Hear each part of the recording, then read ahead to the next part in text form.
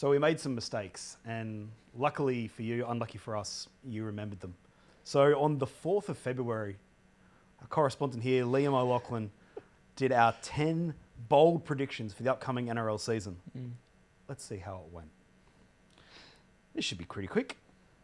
Broncos to finish in the top 4. Perhaps the boldest call on this list. Well, pre-season it probably was. A lot of people didn't have them in their top 8s. I thought, based on what I saw last year, Reece Walsh coming in, getting some blokes back from injury or suspension, I was a big fan of the Broncos, and I think I was proven right. They came within a bee's dick of a premiership, so I think I've got that one on the money. Pass mark.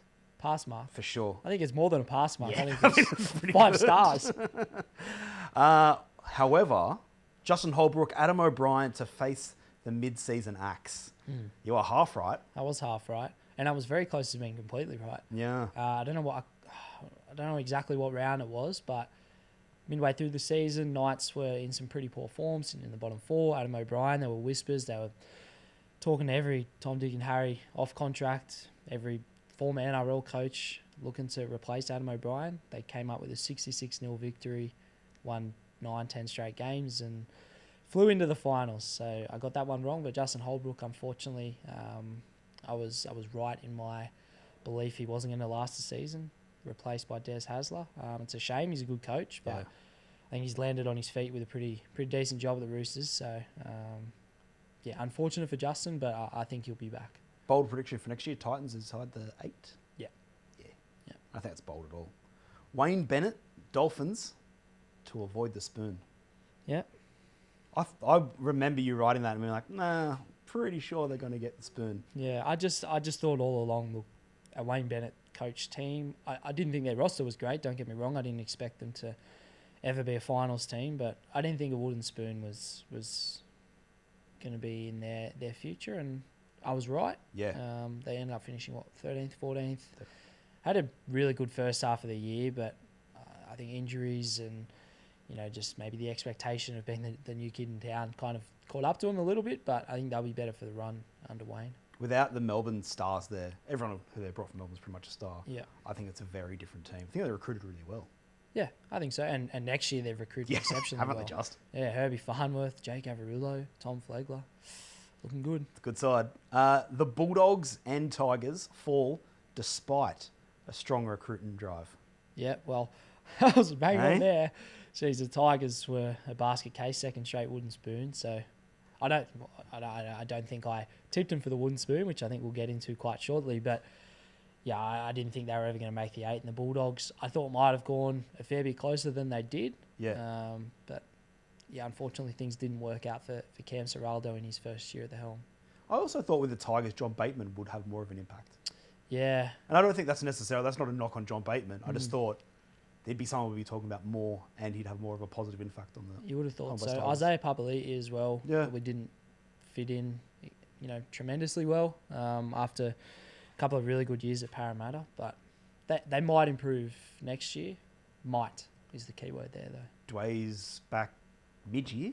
Yeah. It's a while, isn't it? Yeah. He probably won't be back until halfway through the season. They've obviously brought in Jaden Sullivan and Aiden Caesar to play in the halves, so that'll shore up things a little bit there. But yeah, I don't know how much they'll improve in 24. Still, the important thing is you were correct. I was correct. The Storm ends the Eels to slide after mass exits. I was half right again. Yeah. Parramatta went from a grand final to missing the finals. I don't think that I, in my heart of hearts, thought they would miss the top 8 in February. Not. I thought they might have finished 7th or 8th, but for them to miss the finals is extremely disappointing. There were a lot of factors that did contribute to that. Obviously, the mass exits that I mentioned in pre-season were never going to help. And then Sean Lane, Ryan Madison, Dylan Brown all had interrupted seasons. So, look, there were reasons, there were factors. You don't want to call them excuses, but there were some pretty genuine reasons, and I think I've got reason to believe they'll be back in 24. I think so. When you look at just the pack of what they lost: Papali'i, Reid Marnie, Niokora, Oregon Kafusi, Ray Stone. Yeah, that's a lot. 4 players out of their grand final team, plus a guy that was, a bit of a Mr. Fixer for him in Ray Stone. Yeah. The Storm, they didn't slide. They stayed exactly the same. They didn't slide at all, and I've been writing them off for years, and they managed to just stay where they are. Are you giving yourself a pass mark on that? Well, It's half a pass. slide. It's a half pass, same as O'Brien and Holbrook. Yeah. Okay. Half marks. Yeah. So I've gone 1 full mark with those 2 predictions. Nice. Paul Alamotti even, and Haile Finau to battle for the top rookie.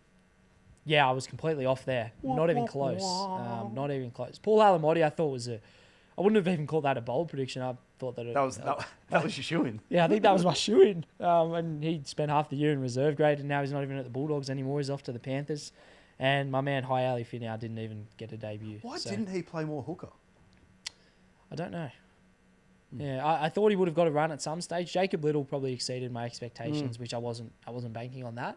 And young Connor Mulheisen got a run. Moses Mbai played a fair bit of 9, so unfortunately he didn't end up getting a game. And his younger brother Sione did, and he's re-signed for a few years. So maybe Sione might get Rookie of the Year next year.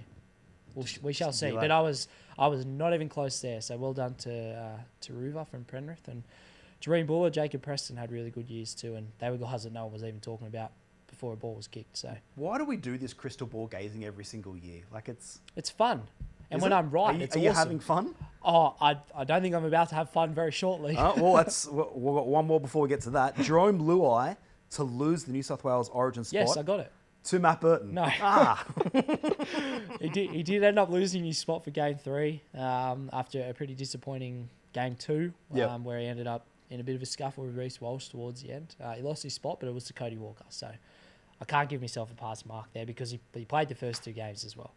He won't be there next year, I would imagine, Jerome Luai, but I was wrong for this season. And Matt Burton is someone that I thought would have probably had a better year than he did in the I thought he was one of Freddie's boys as well. The Bulldogs, and things just didn't work out for the Bulldogs and for Matt. But hopefully next year is when things start to click into gear for him in the 5'8" role. That's fair. Scott Drinkwater to win the Dally M medal. If only he'd had an asterisk, he could have been very close here. I'll tell you what. Drinky did well. I'll tell you what. With only he was eligible. Yeah, with a few rounds to go, when he was still right near the top of the leaderboard, I was like, gee whiz, I've gotten really, really close here. Obviously, the 3-game suspension early in the year ruled him out straight away, so I knew that prediction was wrong pretty early in the piece, but he ended up having a pretty good individual year, even though the Cowboys missed the 8 and were pretty underwhelming in my estimations. But Drinkwater had a good year, and he didn't win the Dally M, so I'm wrong. But there's reason to believe he didn't get that suspension. He would have been there or thereabouts. I'd completely forgotten. He finished equal 4th the year before. Yeah, he had a good year the year before. Dally M specialist. He's a Dally M specialist. Watch out. Maybe one for next year. You can't bet on it, so it's no fun anymore. And if you could bet on it, I would have lost me money because I wouldn't have backed Callum Bonner. Now the one we've all been waiting for. Oh, Thank you for the litany of private messages that we've been getting for the last 6 weeks. The Warriors to claim their first wooden spoon. Close. Yeah, I would like to take this opportunity to formally apologise to Andrew Webster, Sean Johnson, and everyone back in New Zealand. I was not even close. They certainly exceeded my expectations this year. I just looked at their roster in pre-season. I wasn't impressed. Yeah. I thought Sean Johnson was past his best football. There were question marks over Andrew Webster as a head coach.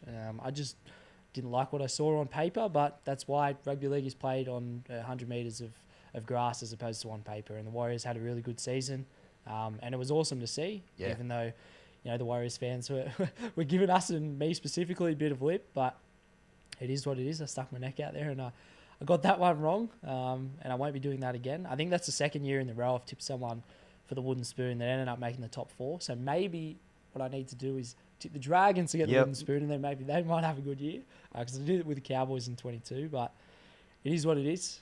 We get some right, we get some wrong, and I don't think I was the only one that tipped them for the spoon either, but I'm happy to own that one. Also described Sean Johnson as an ageing playmaker. Yeah, well, he is ageing. Well, yeah. Wound back the clock. Finally. What a cliche that is. And I think for the 3rd year running, you've claimed the Roosters will bounce back to former glory. Yep. Which 6 weeks out was looking hilarious. Yeah, when they were in the and one of bottom my four. favourite things to talk about, but ended up having a little bit of truth to it. Well, no, it had They no, didn't win the premiership like we thought they were going yeah, to. it had absolutely no truth to it in the way that I envisaged it. I thought looking at their roster, the addition of Brandon Smith, Joseph Suaalii being a year older, just the well-rounded nature of their squad.